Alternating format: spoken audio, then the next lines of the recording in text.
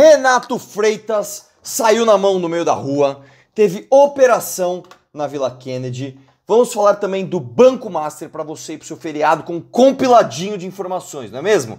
Esse feriado você vai fazer maldades? Você vai fazer maldades? Então pelo menos aproveita esse vídeo aqui para você aprender alguma coisinha, né? Não no começo, que no começo você vai dar umas risadas com essa briga ridícula do Renato Freitas, porque não lembra o Renato Freitas, foi aquele cara que invadiu uma igreja, né, no meio da pandemia, e aí ele foi caçado por isso, e aí o STF devolveu o mandato dele, literalmente por ele ser negro, não é modo de falar. Eu não lembro agora, acho que foi o Barroso na época, falou o seguinte: por ele ser negro, ele não pode ser caçado. É isso aí, cara. Né? Vamos lá. Vamos pro pré-briga. Deixa eu ver o que é o pré-briga. Vai ter o pré-briga, meu? Isso aqui já é a briga, né? Urgente. Lázaro Rosa conseguiu um vídeo exclusivo do momento em que o delinquente começou a confusão. Ele agrediu com um soco o Renato Freitas, além de provocar antes no centro de Curitiba. Legítima defesa. Certo? Bom, pelo que eu vi, cara, e vamos lá. Eu falei isso na live também, vou falar isso de novo, tá? Pelo que eu vi, me parece que o cara de preto que foi pra cima do Renato Freitas, né? Então, eu já vou falar aqui pra você, já vou começar o videozinho. Aliás, antes de eu falar isso, como é que eu posso ter esquecido? Meu irmão, Black Friday, meu, Black Friday, isso aí! Fica de olho na Black Friday, porque é o seguinte, pela primeira vez na história desse canal, você vai poder acessar todos os nossos treinamentos a preços exclusivos, beleza? Então, em algum lugar aqui, comentário fixado, sei lá onde, vai estar um link pra você ver isso. Dia 29, você sabe, agora tem o Festival do MBL, você tem que estar. E, meu irmão, já dá o like no vídeo aí. Vamos lá. Recado antes da gente ver a briga. Não cruze essa linha, cara. Não cruze a linha da brabeza. Sou brabão, vou sair na mão com tudo. Não faça isso, cara. Não faça isso. Beleza? Me parece que ele que foi pra cima do Renato Freitas, porque o Renato Freitas fala pro cara, não, deixa pra mim, deixa pra mim, deixa pra mim. Então vamos ver, vamos ver, vamos ver. E aí, qual o que você vai fazer? O que você vai fazer? O que você vai fazer? O que você vai fazer? Esse é o pré-briga. Não, vem vocês três, vocês não estão em três. Vocês não estão em três. Eu tô sozinho, vocês vierem. Não, e esses dois daqui? Vocês vierem, vocês não. E esses dois? E esses dois? Então, pode vir os três. Pode vir os três. Pausa aqui. Agora eu entendi. O pré-briga mesmo, assim. Os dois estão errados, tá? Pode vir os três, pode vir os... Ah, puta que pariu, velho. Coisa ridícula. Vem os três. 1, 2, 3. Agora você Vem os três. Por quê? Vem os três. Sai de perto. Eu tô sozinho, cara. Não, vocês estão em três. Vocês estão em três, você pode vir os três.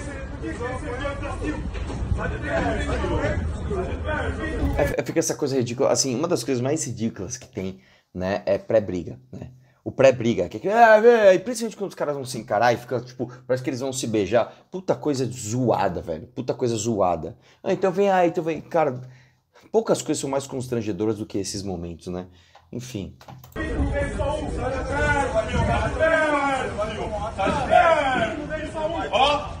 Deixa eu. Não, aí foi esse momento aí, né? O Renato Freitas empurrou primeiro, mas o cara que foi pra cima, cara. O cara que foi pra cima. Né? Pois é, o pré-briga foi esse, não é isso? E aí tem os novos frames da briga, não é mesmo? Cadê? Tem aquele vídeo. Cadê aquele vídeo, meu? Bom, aí tem a briga de fato, né? Vamos reagir de novo. Deixa eu. Vamos, bonitão!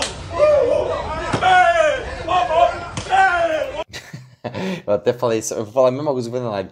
O Renato Freitas, sei lá, se ele quis se pagar de lutador de Muay Thai, deu 2 chutes mal dados na perna do cara e abriu a guarda. E tomou o diretão do cara, olha lá.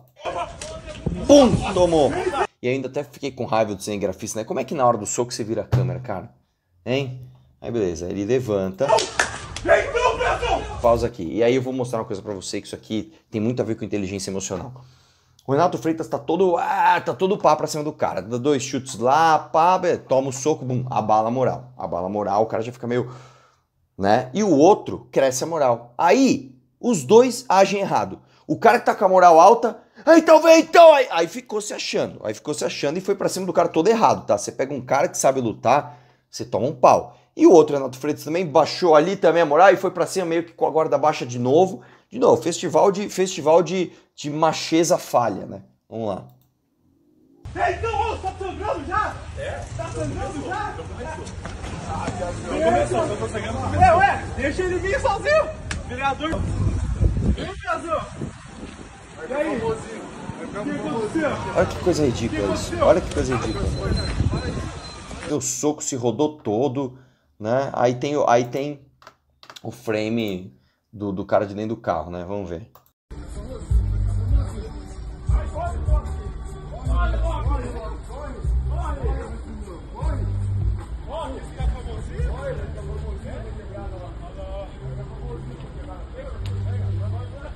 Levou 3 socos, né? Aí o Renato Freitas deu uma gravata no cara. E assim, pra você ver como ninguém sabe o que tá fazendo, né? Eu falei isso na live de novo, vou falar pra você uma leve aula de defesa pessoal.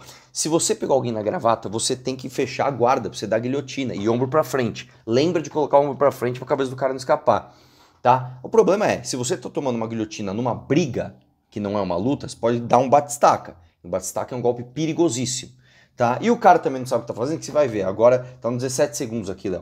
Ele vai tentar levantar o Renato Freitas de uma forma completamente inabilidosa ali, ó. Olha lá. Ele fica tentando levantar o Renato Freitas com uma perna, pela perna ali. Tá errado, outro cara com a mão pra trás. Olha lá, o Renato Freitas projeta o corpo pra trás, né? E ali você não vai conseguir. Ali você tá tomando a gravata, se o cara não fechou a guarda, você não pode deixar ele fechar a guarda, né? Se ele for fechar a guarda, inclusive, você tem que jogar o seu corpo pro lado oposto da cabeça. Tomou aqui a guilhotina aqui, a gravata aqui, se o cara for te dar a guilhotina, você tem que jogar o corpo pro outro lado. Pode ver, no UFC eles fazem isso direto. O cara vai dar uma baiana, o cara tomou a gravata, ele joga o corpo pro outro lado, que aí você anula a finalização.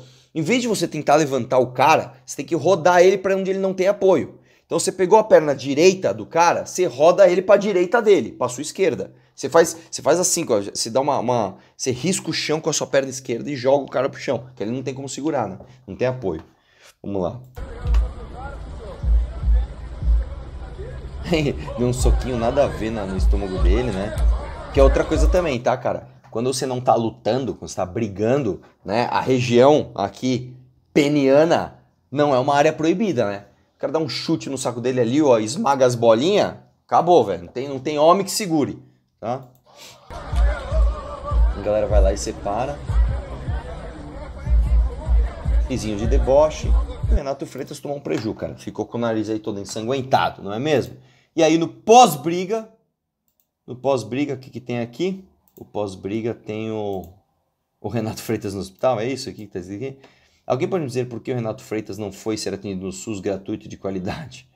É o Will. Ah não, o Will é outro cara. É o Will balado. Ele com o nariz tudo fudido lá no hospital. O cara filmou um framezinho dele lá. Né? O pós-treta aí teve isso, que mais teve? Entrevista com o deputado Renato Freitas. Cadê?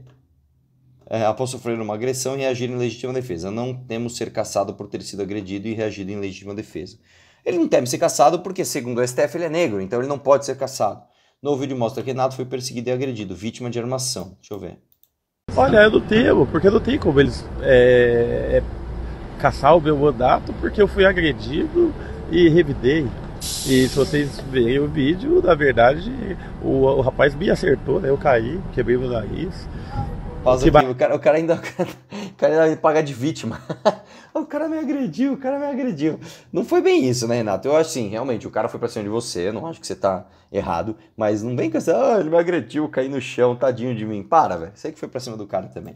Mas pode ser rua porque a lei garante o direito de legítima defesa. Eu não posso simplesmente tomar um tapa no rosto e sair andando, tomar outro, sair andando, e a lei não protege o agressor.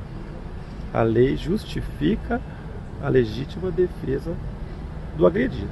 Foi exatamente o que ocorreu comigo. Você tá meio doidinho, Renato? A capacidade de raciocínio é meio lenta, né, velho? Assim, uma coisa meio ridícula isso, né? Enfim, né? O Renato Freitas que fugiu do debate comigo, né? Renato Freitas, se você fosse debater comigo, você não ia sair de nariz quebrado, tá? Você sai com a moral abalada, mas não de nariz quebrado, tá, cara? Enfim, né? E aí um monte de meme sai aqui, né? A Câmara dos Deputados de Curitiba devia sediar o próximo Fight Music Show. Mas pelo vídeo do final, Renato Freitas não vai poder participar, hein? Deixa eu ver. Vamos ver o vídeo aqui. Mas o Renato Freitas lá em Curitiba, lá ele luta demais, hein? Luta demais, meu. Luta demais.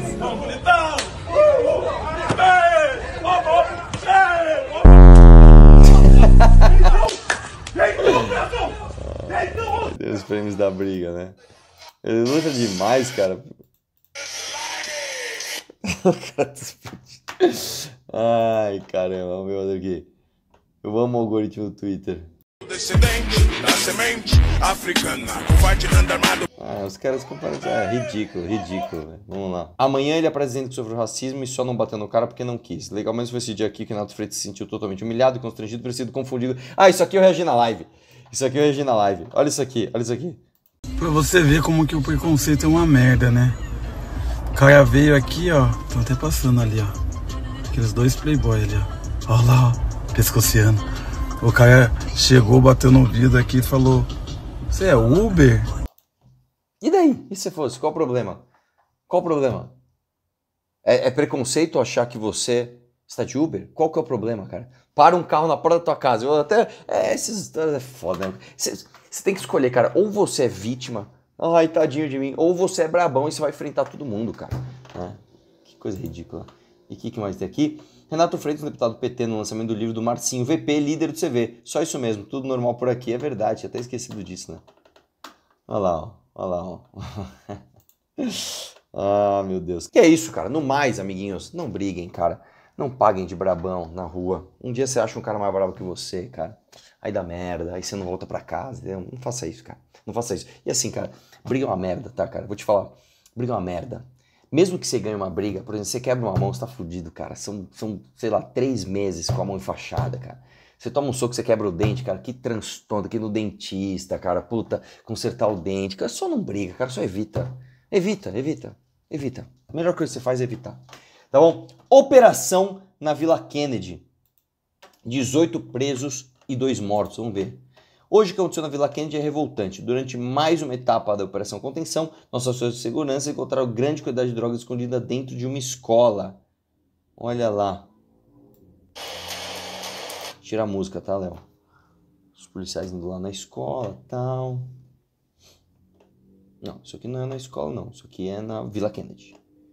Isso é dentro da escola. Beleza. Os caras chegam na escola.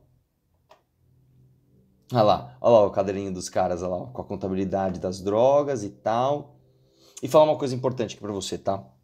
Uma das propostas do livro amarelo, só respondendo uma coisa importante sobre drogas, tá? Pô, Arthur, mas a guerra às drogas sempre falhou, você vê nos Estados Unidos lá falhou. Escuta só, a guerra às drogas não tem que ser uma coisa de moralista, né? Guerra às drogas tem que ser uma coisa de cooperação internacional, com meta clara, ó. Quais são as nossas metas? Qual é a estratégia definida? Então vamos lá, nós vamos pegar ali as fazendas, que são campos produtores de todos os tipos de droga, nós vamos acabar com o escoamento, por onde entra? Por onde está entrando? Qual parte da fronteira está entrando? Quais as rotas de escoamento? Vamos ali eliminar os pontos de venda? Beleza, vamos atrás das lideranças, prender e isolar essas lideranças da comunicação com o exterior? Vamos fazer uma propaganda contra você entrar para uma facção criminosa, né? Beleza, aí você está falando sério em combater não as drogas, mas o crime organizado que tem numa de suas atividades, né? O tráfico de drogas. Então é isso.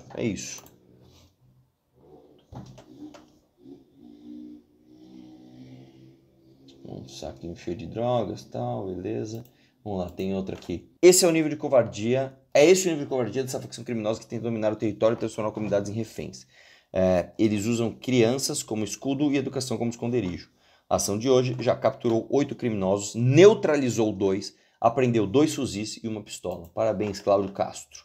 E não vamos parar. O Rio de Janeiro não suporta vagabundos que tentam destruir a vida das famílias trabalhadoras. Enquanto eu for governador, quem espalhar medo para financiar a facção vai enfrentar o peso do Estado. Muito bom. Vamos ver.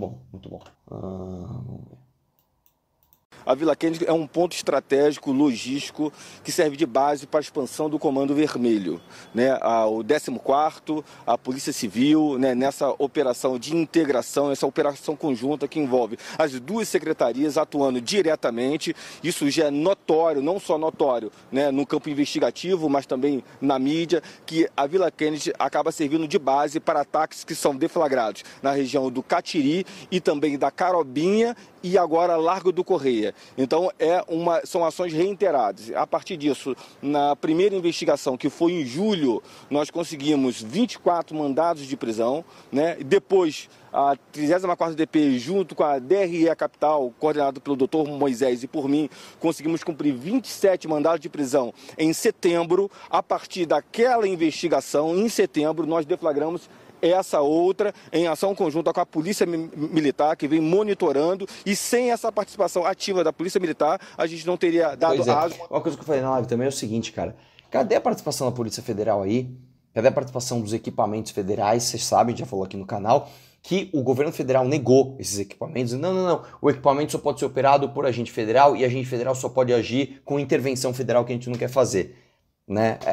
Desculpinha. Parabéns aí ao Rio de Janeiro que está fazendo isso daí. Vamos lá. O que foi apreendido e o tamanho da operação? Deixa eu ver. Acontecendo por ali, 6 linhas de ônibus tiveram o itinerário alterado no início da manhã desta quarta-feira. Essas imagens que você vê na sua tela foram gravadas durante esta operação, foram compartilhadas pelas forças policiais e mostram então algumas das viaturas da Polícia Civil, da Polícia Militar, passando ali pela região da Vila Kennedy, que fica na zona oeste do Rio de Janeiro. Essa é mais uma operação que a polícia faz contra o Comando Vermelho. Nós estamos acompanhando uma intensidade maior de atos da polícia para tentar frear a expansão territorial do Comando Vermelho, que é a facção criminosa que controla muitas das comunidades de algumas regiões da capital fluminense e acaba prejudicando em muita população, porque o Comando Vermelho atua com a expansão territorial, cobrando taxas para serviços básicos, para taxas de outros tipos de serviços como gás, água mineral em alguns casos, também energia elétrica, TV a cabo dos moradores das comunidades e não mais com um foco tão intenso ao tráfico de drogas. Existe uma mudança de perfil de atuação das facções criminosas e é por isso que essas operações elas trabalham agora para tentar frear o avanço territorial, principalmente esses avanços que são feitos sob ataques armados. E é por isso que é interessante a gente destacar que a polícia conseguiu apreender 2 fuzis, apreendeu granadas, pistolas e prendeu um homem, além de ter baleado outros 4 e também de 2 mortos que já foram registrados, esses 2 mortos em confronto. Nós não temos as confirmações ainda de quem são essas pessoas, do que estava acontecendo, se os policiais foram surpreendidos por ataques desses criminosos que estavam fortemente armados, são informações que estão chegando ainda para a nossa redação. Só que ao longo de meses, as equipes fizeram investigações e conseguiram obter informações por meio de oitivas de testemunhas, inteligência, monitoramento digital, quebra judicial de sigilo telemático e outras técnicas para poder cumprir cerca de 50 diligências que estão identificando 50 criminosos que atuam diretamente em atividades como tráfico de drogas, ataques intercomunidades, extorsões, controle territorial e logística armada. Diante das provas reunidas, por exemplo, a Polícia Civil representou pela prisão cautelar de algumas lideranças e operadores logísticos da facção do Comando Vermelho, que são classificados como alvos prioritários em razão da atuação direta da expansão nos ataques armados na Zona Oeste, principalmente a partir da Vila Kennedy, lá no Rio de Janeiro. Operação nas ruas, portanto, chamada de Operação Contenção, que mobiliza os efetivos da Polícia Civil, Polícia Militar, tem apoio do 14º Batalhão da PM e do BOP para garantir, segundo a polícia, uma superioridade tática, segurança operacional e uma resposta rápida na execução dos mandados judiciais. Essas informações, então, que chegam pra gente e daqui a pouco a nossa reportagem ao vivo do Rio de Janeiro vai nos trazer mais detalhes, mais informações, mas Show de bola. Vamos lá? Derrubando a barricada. Vamos ver. 2 bandidos morreram, 17 foram presos durante uma operação. Não, sem dúvida nenhuma, não é uma coisa incomum.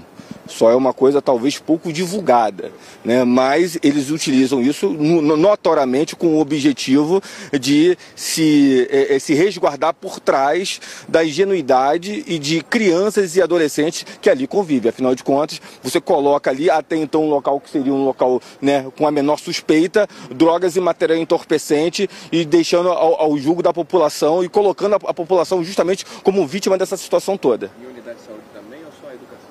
Não, no primeiro momento o que a gente tem de informação concreta são algumas unidades de educação. Em relação ao cativeiro, rapidinho de novo, só sobre a reação na hora que vocês chegaram lá da vítima, e se a gente sabe há quanto tempo ele estava ali?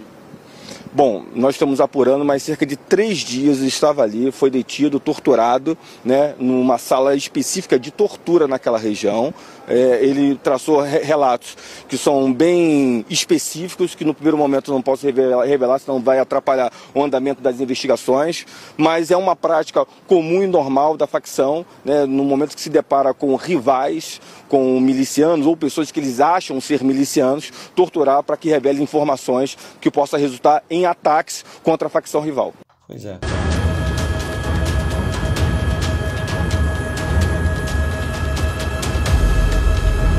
Entradas da VK, todas fechadas pela polícia. Dentro de uma escola municipal, os policiais encontraram maconha, crack e cocaína dentro da escola. A escola estava fechada por causa de um protocolo internacional, inclusive, diante dessas operações as escolas tendem a fechar, a unidade não estava funcionando, não tinha alunos ali na hora que a polícia entrou, mas os agentes encontraram ali, como eu falei, drogas, uma espécie de bunker, né, dos criminosos, se aproveitando de um espaço, né, que não é normalmente, né, tem essa entrada da polícia, usando de uma proteção, assim por dizer, de um espaço que até é sagrado, eu diria, né, uma escola, se aproveitando para esconder drogas ali. A polícia encontrou então maconha, crack e cocaína. Em um outro ponto da VK, eles encontraram um cativeiro, inclusive com uma vítima lá, que estava sendo torturada já. Ela foi resgatada pela polícia, estava muito... Olha lá, derrubando as barricadas.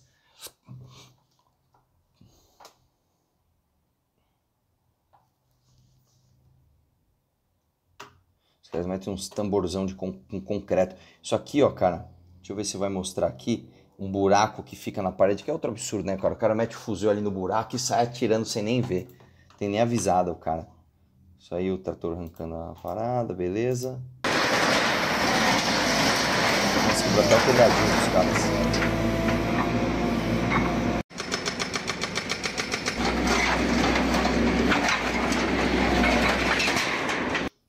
Meio grosseirão o operador da máquina, né? Mas tudo bem, né?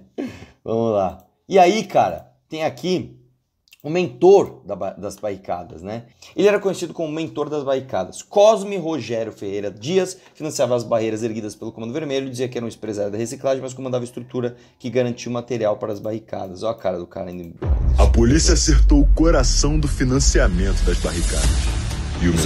Isso aqui cala a boca, inclusive, da galera. Tem que ir atrás de quem financia. É isso aí, tá aí, ó. Caiu. Cosme Rogério Ferreira Dias, o mentor de barricadas. Ele financiava as barreiras erguidas pelo Comando Vermelho. Foi pego em casa, num condomínio de luxo no Recreio. Se escondia atrás do título de empresário da reciclagem. Mas era quem comandava o esquema que garantia material das barricadas. O dinheiro vinha do roubo e da venda ilegal do cobre. Um esquema que movimentou 217 milhões de reais em 2 anos.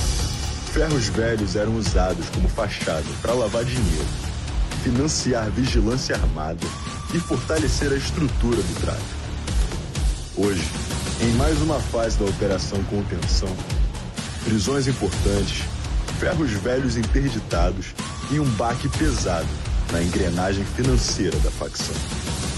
O mentor caiu. A máquina travou. E cada muro que antes tentava parar a polícia está ruindo. O recado tá dado. Barricada zero. Muito bom, cara. Meus parabéns. E aí, para finalizar aqui, vamos falar do Banco Master, né? Tem um vídeo aqui do Thiago Nigro. O dono do Banco Master acabou de ser preso. É isso mesmo que você ouviu, pelo menos é o que todas as manchetes estão dizendo. Eu não sei o quanto vocês estão acompanhando desse rolo todo, mas ontem à noite a Polícia Federal prendeu o dono do Banco Master. E talvez vocês não lembrem, mas o Banco Master é aquele banco que se meteu em confusão, atrás de confusão, nos últimos meses. Eles lançaram uma cacetada de CDB que remuneravam muito acima da média do mercado. Sim, eu já falei, eu inclusive, há um tempo atrás, eu já tive o CDB do Banco Master, porque eles pagavam bem mais do que o mercado. Isso começou a gerar um problema de solvência no banco. Aí surgiu a ideia, lá no começo do ano, do Banco de Brasília, que é o BRB, comprar o Banco Master. Só que eles foram barrados pelo Banco Central e quem tinha os CDBs começou a ficar meio desesperado. E agora, 2 dias atrás, uma empresa chamada Grupo Fictor anunciou a compra do Banco Master em um aporte de 3 bilhões de reais para ajudar a levantar o banco. Só que um dia depois, do nada, né, a gente acorda e vê, né, depois de ter sido anunciada essa compra, ou seja, ontem, o Banco Central decretou a liquidação extrajudicial do banco. Isso significa que o Banco Central chegou, bateu na porta do banco e disse: para tudo, a partir de agora quem manda aqui sou eu. Liquidar extrajudicialmente um banco é quando o Banco Central assume o controle total das operações do banco.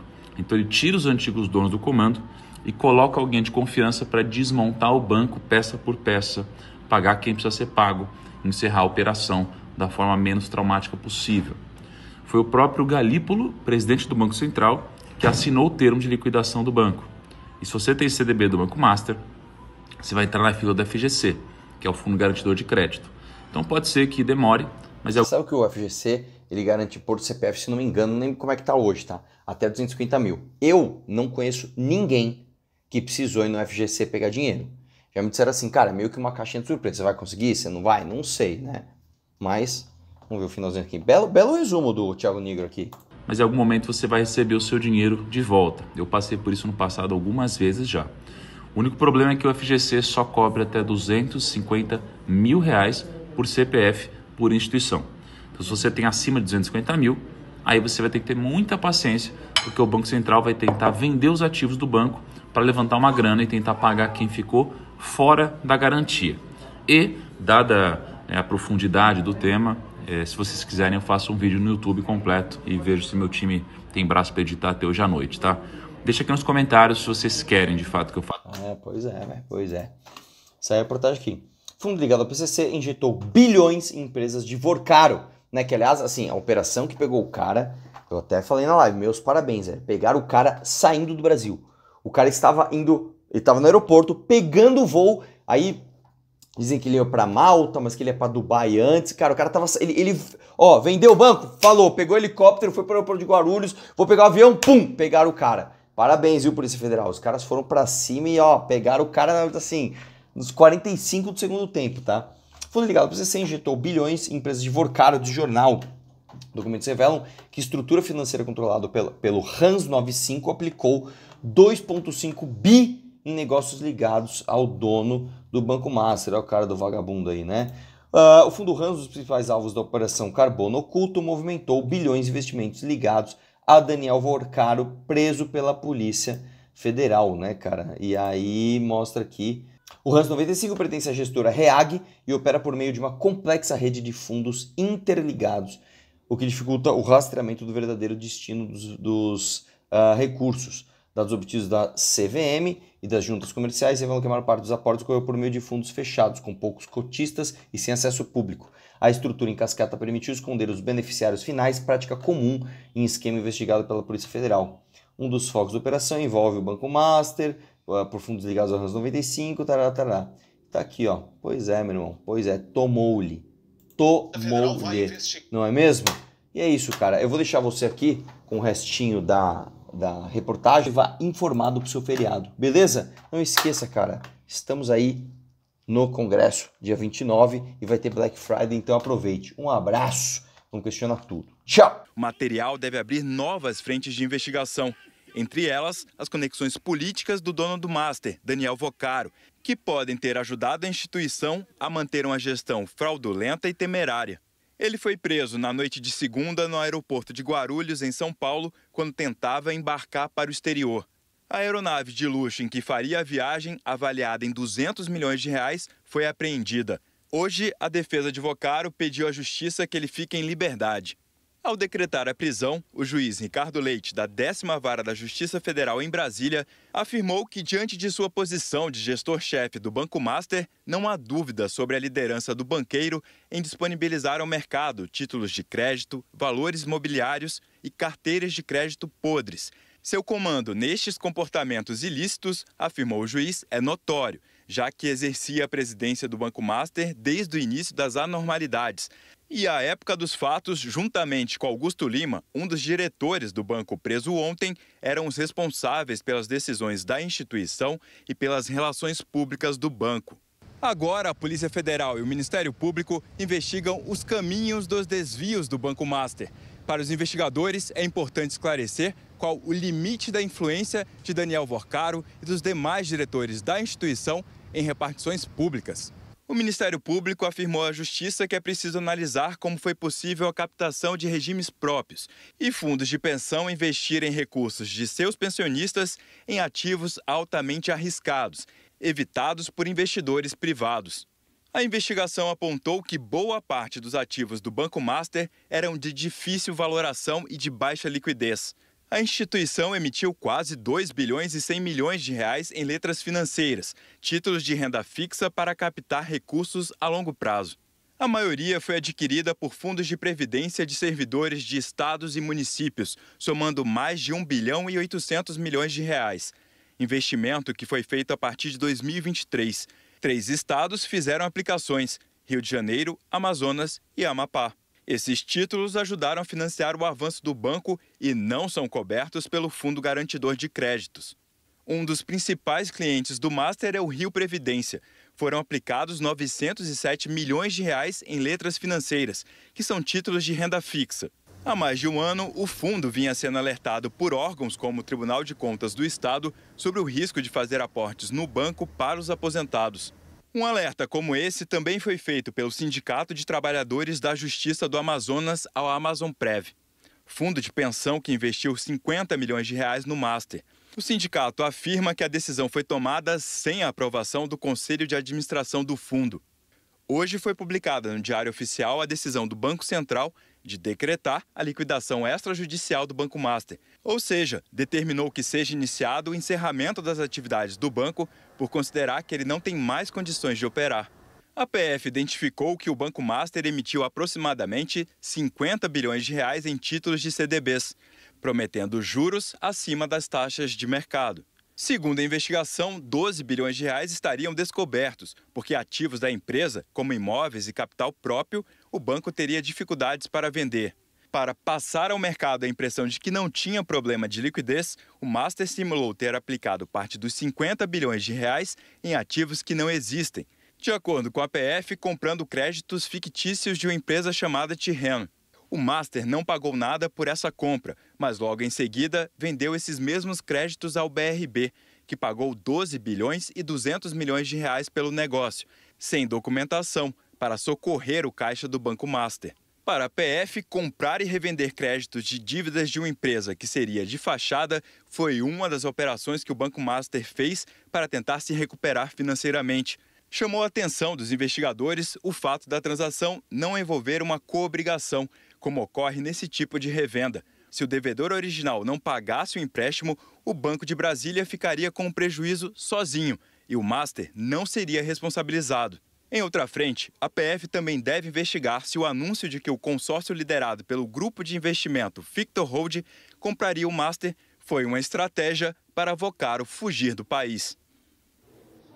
Eu conversei agora há pouco com uma fonte do Ministério da Previdência que disse que são 18 RPPS, regimes próprios de previdência social, que investiram em títulos do Banco Master.